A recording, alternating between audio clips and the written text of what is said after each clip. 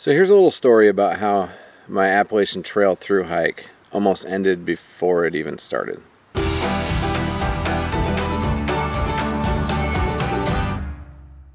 I'm Hopper, welcome back to the channel. For those of you that don't know, in 2023 my goal was to do an Appalachian Trail thru hike. And today I'm going to be telling you about how that could have ended before it even started. So to back up, I've wanted to hike the Appalachian Trail since I was a kid, and it's something that was always there in the back of my mind. And in 2019, my family and I, we were just kind of starting out as full-time RVers, and we were visiting some friends. And I finally kind of said it one night. I'm like, you know what, I want to hike the Appalachian Trail. My goal was to hike the Appalachian Trail on my 50th birthday, which gave me plenty of time. And a friend of mine looked at me and he said, I want to do it with you. So that kind of started this planning. Like, instead of thinking I'm going to do this solo hike of the Appalachian Trail by, solo by myself, right?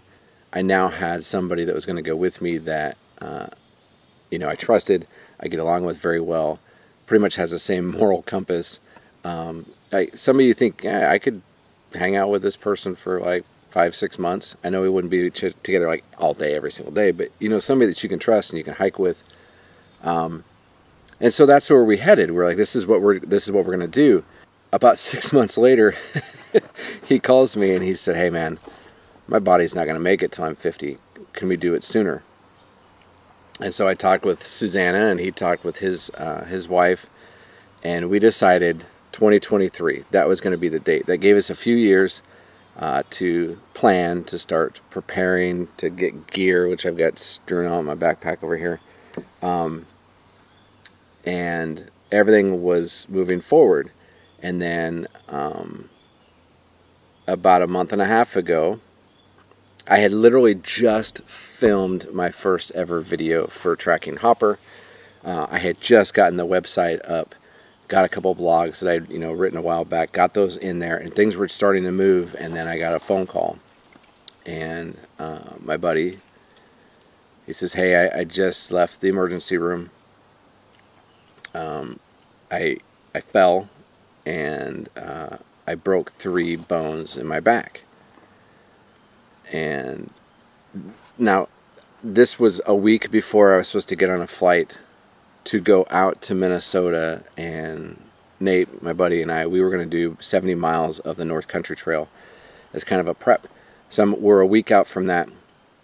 Everything was starting to come together, and then he gets hurt. And I mean, this is what happened to him. Here's the video. So Nate, he was at work, he was buffing a floor, and if you've ever buffed a floor, which I've buffed a few when I was in the military, the floors get slick.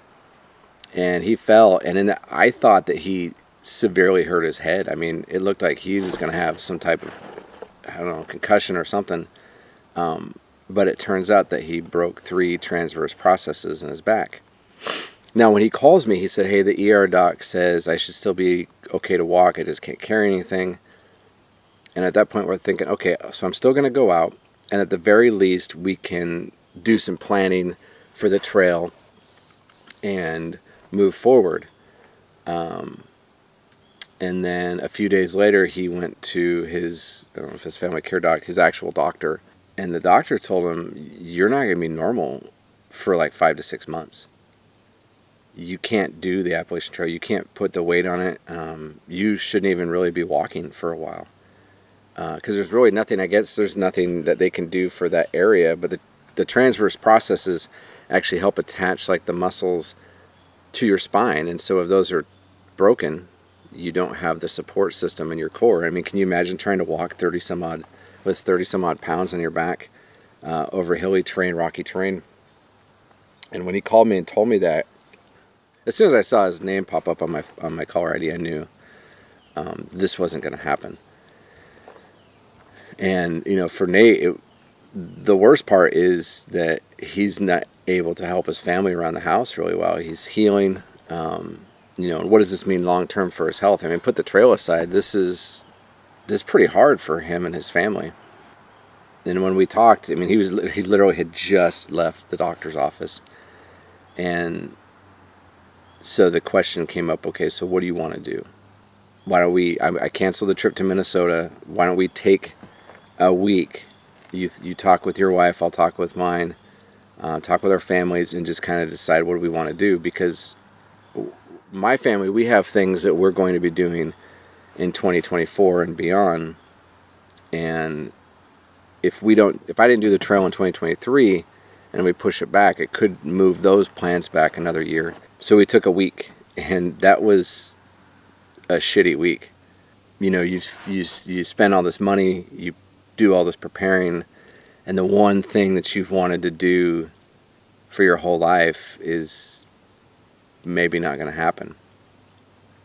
And so a week later we spoke, and I told Nate I would delay a year.